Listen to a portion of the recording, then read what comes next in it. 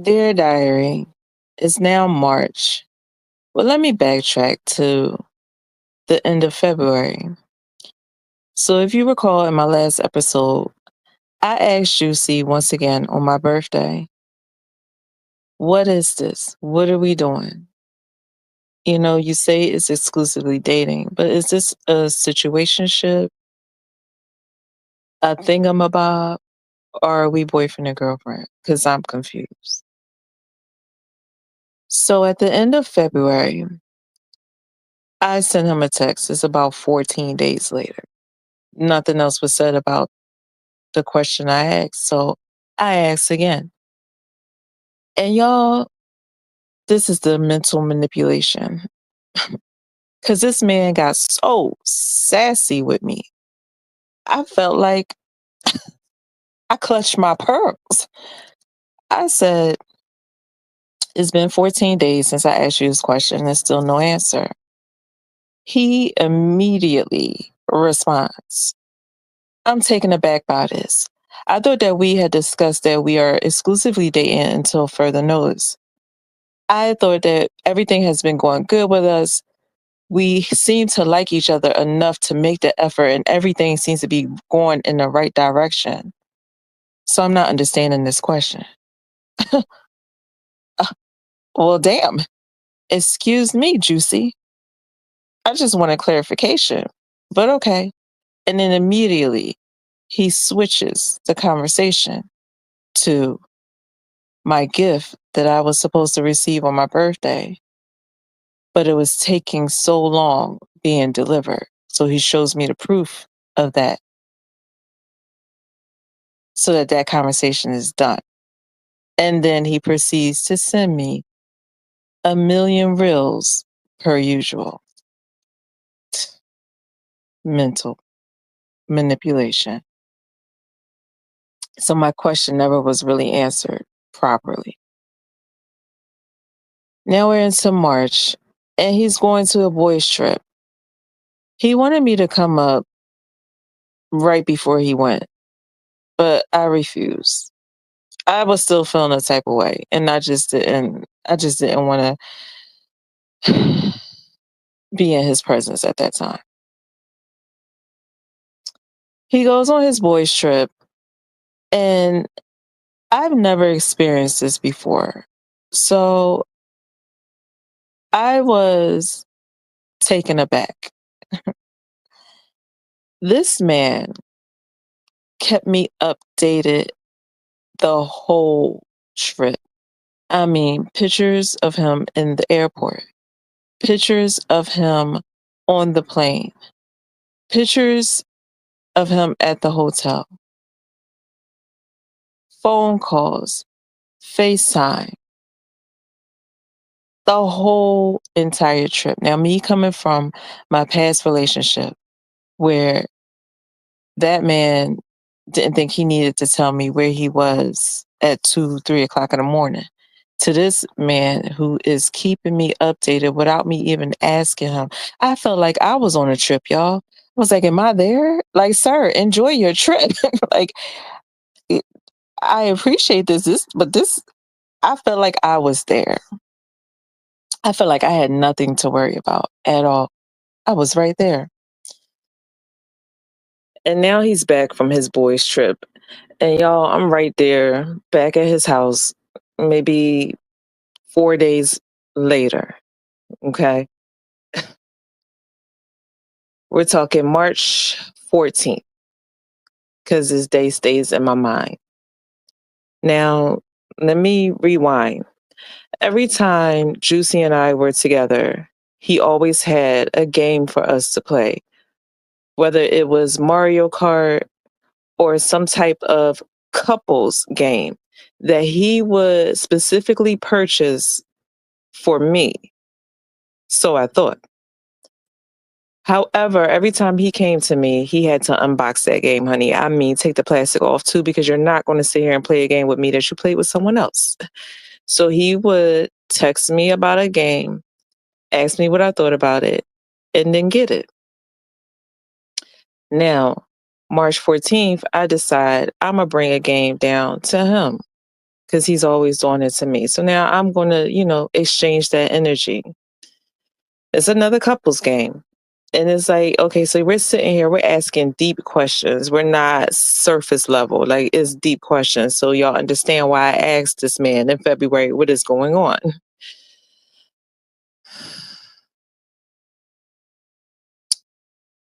So I get down there and everything seems to be going well. You know, we're talking about things like this is the crazy part. Now, listen to this. Juicy. Where do you think we would be at right now if you had gotten pregnant in December? You heard me, pregnant in December.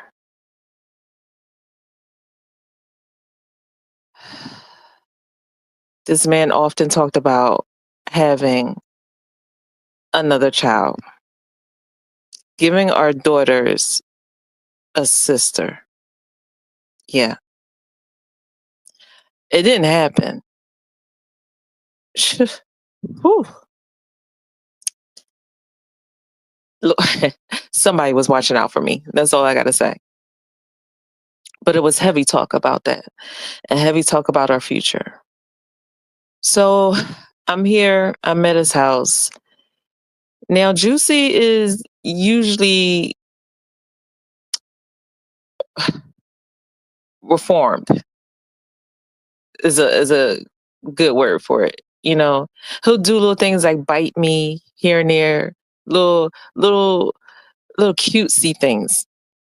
And he mentioned how he was more affectionate than I was. And my affection for a person is very reserved until I really know where I stand with that person. You know what I'm saying? Like, I'm not going to give you all of me if I don't know where I'm standing.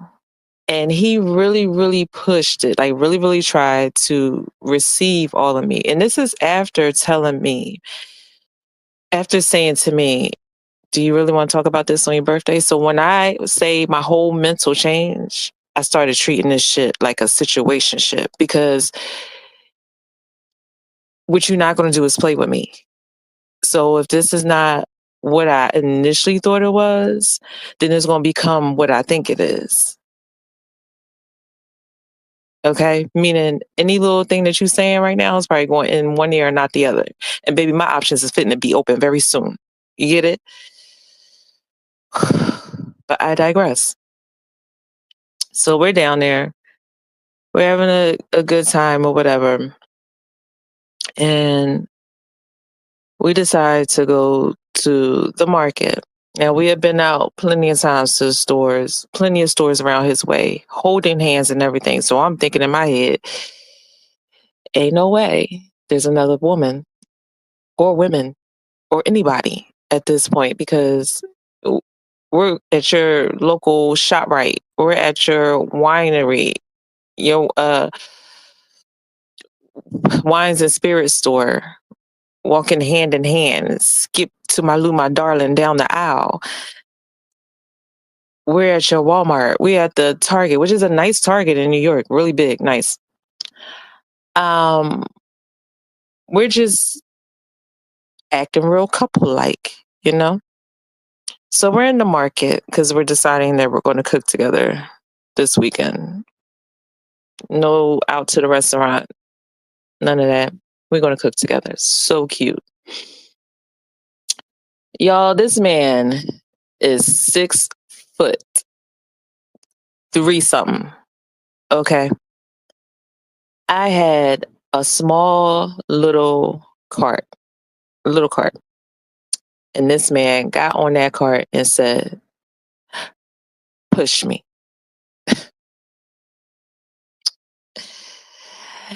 And I pushed his ass. I let it go, but I ran after it. I mean, I was so embarrassed at first, but the smile on his face, I was like, oh, he's enjoying it. This is cute. He's letting loose. He's becoming, you know, this is another side of Juicy I haven't seen. And he's like loose and goofy. Even though I've seen him dancing around me in stores, at the diner. This part was like more like, I don't know. I don't know how to explain it. When I told everybody, when I told my friends about it, they're like, "Oh, he's loosening up." I got the ick personally. It was like, "Okay, sir, we are 40 years old. Get your ass. What are you doing?" But let's fast forward. We back at his house and he's doing things like sizing up my ring finger. He's kissing me up and down my arm like I'm Morticia. He's touching my face with both hands after pumping my gas. And I am sitting there like, if this man don't get his hands off my face, because I swear to goodness, if I break out, I was feeling all types of feels while I was down there. I mean, confusion, everything you can think of. Okay. There were some things that was discussed while we were in the kitchen that I didn't even ask for. I didn't even ask him to even say these things to me, but I'm not even going to discuss those things right now. Let's just say I know a lot about Juicy that I did not want to know. So this weekend will forever burn in my brain. Okay? Forever burn in my brain. So I ended up leaving Juicy's house a little earlier than I normally do. Normally, I would be down there from Saturday to Monday or Friday to Monday, however the case may be. This time around, I left Sunday. I came Friday. I left Sunday. I rolled home with my phone on Do Not Disturb. I had so many things to think about. It you I just needed a quiet ride home with my music blasting. You understand? Quiet ride home, but my music is blasting, meaning can't nobody get through. And I have 4 missed calls from this man. Okay, 4. The first call was as soon as I drove off the block. So I call him. I'm thinking I left something. No, he was just calling to make sure I was okay, to make sure my car was driving fine. And like I told you, anytime I saw Juicy, he would check my car, check my oil, put gas in my car, make sure I was okay before we parted ways. And it literally continued until this last weekend. So let me also mention that Juicy acted as if he really cared about my well being, my health. But I later realized that the care that he had was another form of manipulation. Let me explain. I told Juicy bits and pieces about my troubled marriage and how alcohol really played a significant, horrific role in the demise of my marriage. Not on my part, though, from my partner. So Juicy wouldn't, and this sounds real crazy coming out of my 40-year-old mouth. Juicy wouldn't allow me to drink. However, he would drink in front of me. Let me explain it. We would go out. He would order a mixed drink. I would say, "Oh, that sounds good. I might get that." "No, sweetie. You'll stick to just wine." When we went to Wines and Spirit, I would get myself like a little can of this uh infused drink that, to take the anxiety off. And he would get me that, a bottle of wine, and liquor for himself. And this man drank. And that's what reminded me of my ex as well. But his excuse was he can hold his liquor. And he's been drinking since he was a child because of the Dominican culture. Okay. But like I said, this man would drink in front of me and tell me, You can't have none of this." He would, when he was on his boys' trip, he would send me pictures of different alcoholic drinks and tell me what was in it. I'm like, "Oh, that sounds good. Maybe you should make that for me when I come up there next weekend." "No, sweetie, it can lead." I later realized it wasn't that he cared about my health. It was my womb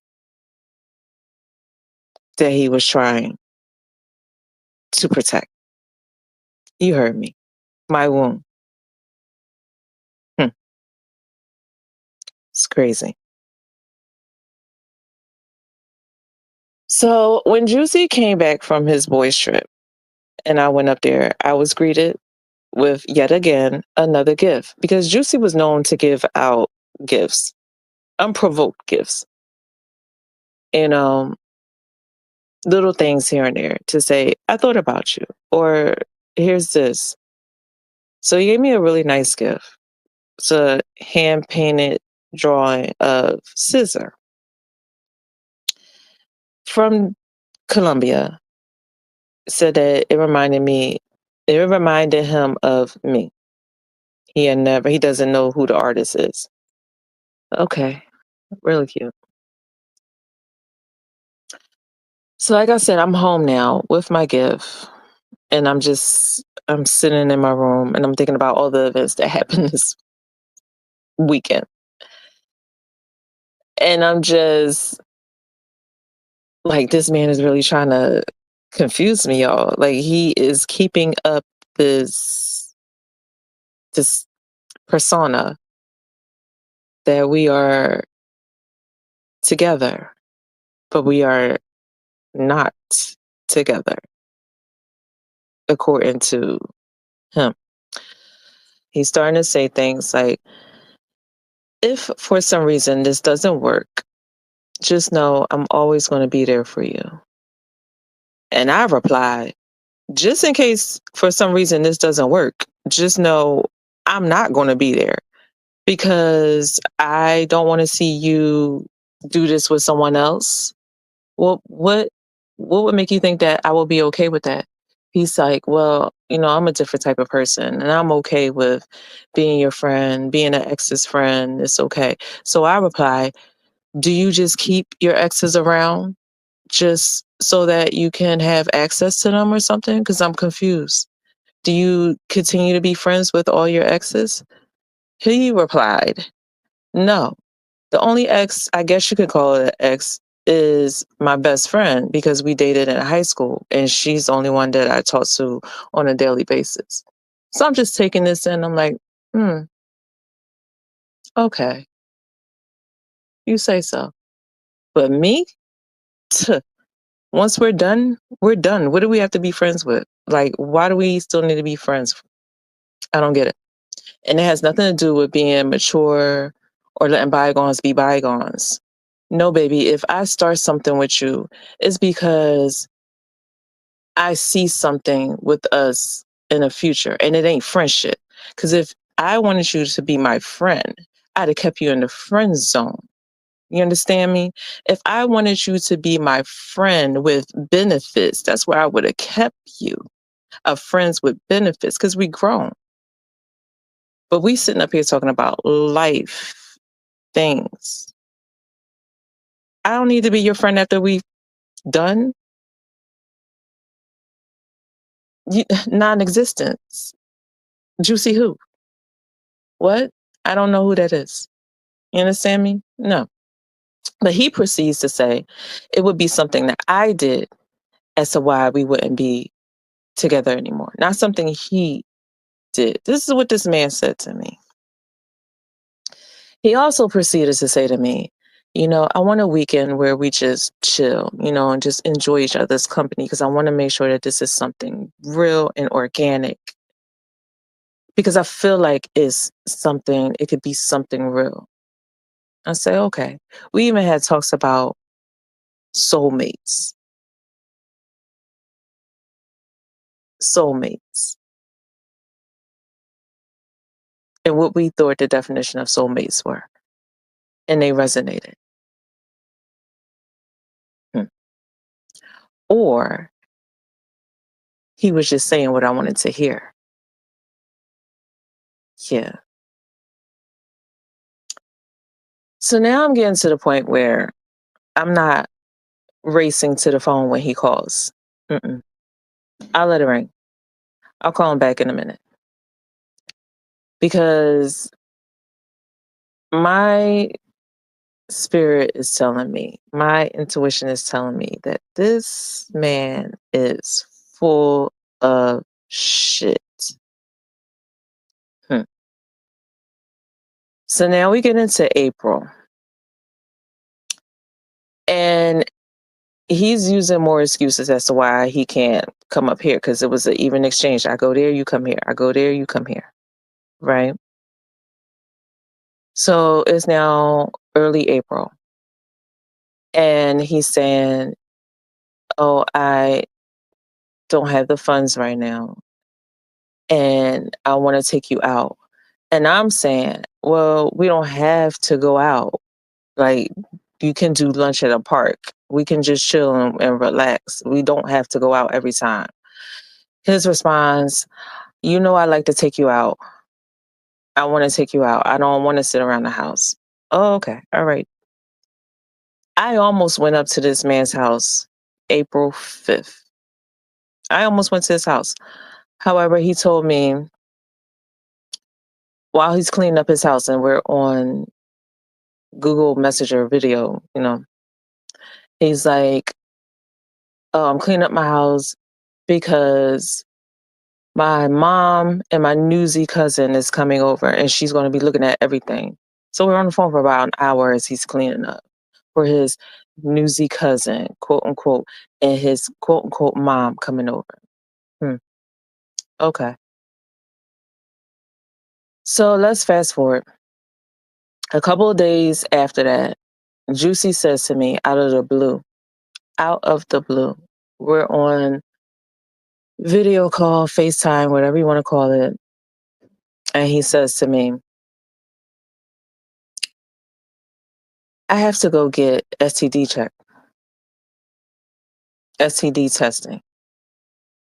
I immediately sit up out my bed, like, excuse me? Why do you have to go do that? I'm confused.